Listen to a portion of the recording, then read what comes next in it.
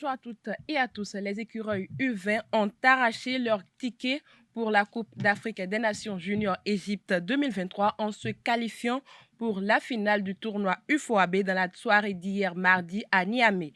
Mathias Deguenon et ses poulains ont battu les étalons juniors du Burkina Faso par un score de 2-1 après 120 minutes de jeu.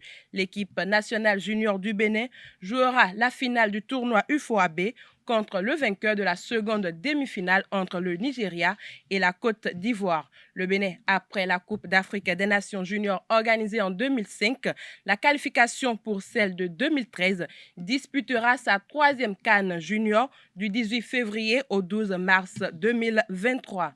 Moussa Latundi, le sélectionneur par intérim du Bénin, a publié la liste de 23 joueurs retenus pour les rencontres contre le Sénégal et le Mozambique, comme temps pour les deux premières journées des éliminatoires de la Coupe d'Afrique des Nations 2023. Un groupe composé des cadres habituels et de 3 nouvelles têtes. Moussa Latundi a justifié ses choix.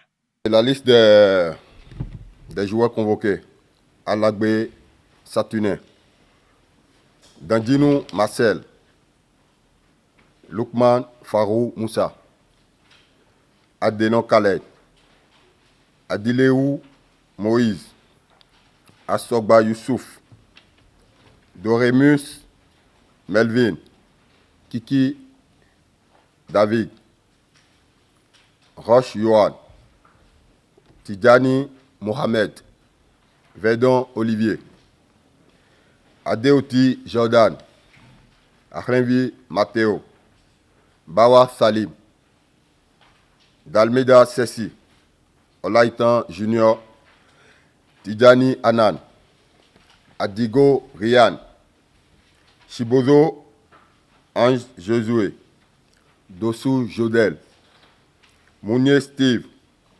Koupo Marcelin, Poté Michael,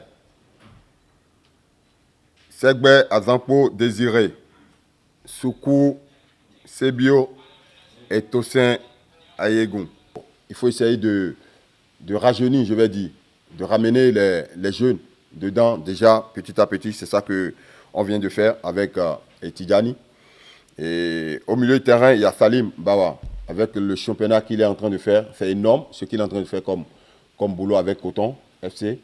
Donc, je pense que c'est le moment de le faire, de lui donner encore la confiance, de dire ce qu'il est en train de faire, que c'est bon de continuer. Et pour Rian, on a besoin des gens sur les côtés, des gens qui vont vite, très vite. Et si vous voyez Rian, c'est des gens qui vont très très vite. Et puis voilà. Et Tossin, vous connaissez déjà Tossin déjà. Il était en Italie et en Turquie. Et donc, Chibozo, on connaît aussi Chibozo, c'est un jeune frère et qui a besoin du temps à apprendre. Tidjani Mohamed, le défenseur, grand de taille, technique. Et je pense que c'est quelqu'un qui peut vraiment nous aider dans la défense, puisqu'il faut toujours rajeunir l'équipe, il faut penser à demain.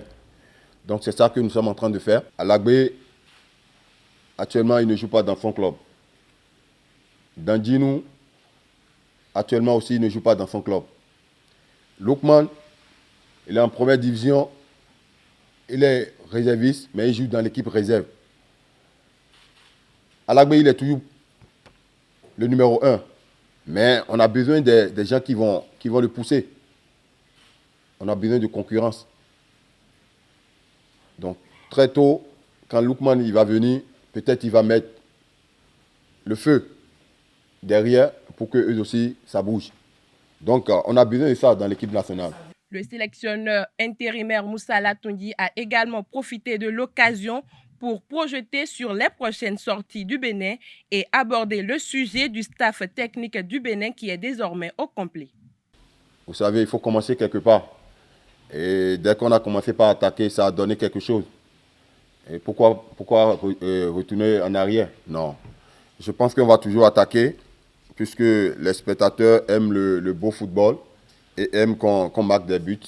Je pense que c'est ça qu'on va essayer de faire. Le staff est là, vous connaissez bien le staff, et des gens qui qui connaissent bien l'équipe, ils sont là avec moi. Et donc, vous allez voir dans les jours à venir le staff de l'équipe nationale.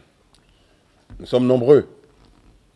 Il y a Roger qui est revenu, il y a Cédric qui est revenu, il y a Bidé qui est là.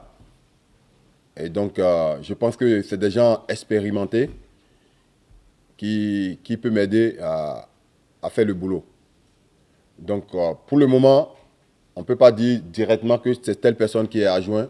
Nous sommes tous titulaires et tous adjoints. On va s'aider. On va voir comment ça va se passer. De toute façon, c'est des gens expérimentés qui sont avec moi. Et le boulot, je pense qu'on peut le faire correctement. Bonne nouvelle pour le handball amateur du Bénin. La fédération a signé le lundi dernier un partenariat avec Nobila Assurance pour la prise en charge des frais de contrat d'assurance des joueurs. La cérémonie de signature du protocole d'accord a eu lieu à Nobila Hotel de Cotonou. Le reportage est signé Setandélarius Adjagbenon. Merci beaucoup.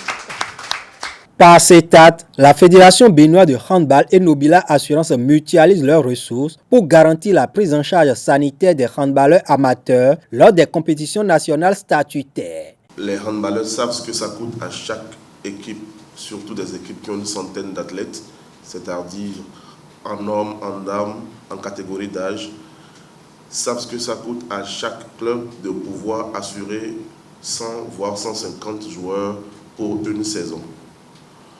Nous avions au niveau du bureau du comité exécutif de la fédération dit que notre rôle, c'est de nous arranger pour que les clubs puissent évoluer dans de très bonnes conditions. Je viens aujourd'hui remercier Nobila Assurance qui montre le premier pas en assurant toutes ces équipes. Mais ce qu'on n'a pas ajouté, c'est que Nobila Assurance a choisi d'assurer aussi les équipes nationales dans tous les déplacements officiels.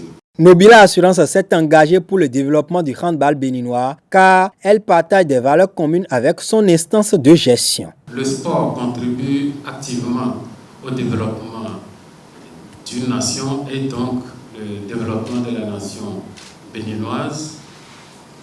Et Nobila se retrouve dans les valeurs que prône la Fédération béninoise de handball, à savoir le respect, à savoir la performance, à savoir la culture de l'excellence, l'équité, entre autres, et nous pensons que nous pouvons asseoir un bon partenariat pour le bien des sportifs, pour le bien des clubs, pour le bien en même temps de nos assurés et pour le bien de toute la population béninoise. Le protocole d'accord signé couvre le mandat actuel du comité exécutif et sera reconduit tous les 2 ans de façon tacite. Les handballeurs, principaux bénéficiaires, poussent un ouf. Ça nous donne à nos joueurs d'avoir encore plus de confiance, à se donner encore beaucoup plus parce qu'on saura qu'en son temps, au moins bon, on aura quelque chose ou quelqu'un qui serait derrière nous pour nous secourir en cas de blessure si possible. Oui, c'est très bien parce que, d'abord, les équipes qui quittent le nord, par exemple, qui viennent, d'abord, difficulté au niveau du déplacement. Quand le joueur est blessé, vous voyez, le joueur se plaint, mais il n'y a pas une boîte médicale, il n'y a personne pour pouvoir subvenir aux besoins du joueur blessé. Mais aujourd'hui, avec l'assurance, moi, je pense qu'il y aura plus maintenant de motivation pour que les équipes puissent se donner et venir au championnat.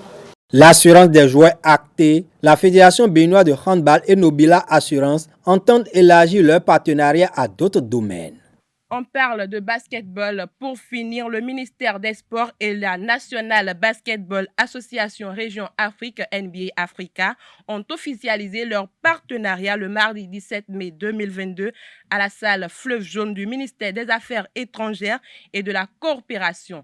C'est la conclusion d'un partenariat qui vise à professionnaliser et à promouvoir le basketball béninois. La dite convention de partenariat a été signée entre les deux parties représentés respectivement par le directeur général de NBA Afrique, Victor Williams, et le ministre des Sports du Bénin, Oswald Omeki. C'est tout pour la page des sports de ce matin. Merci pour votre attention et à très bientôt.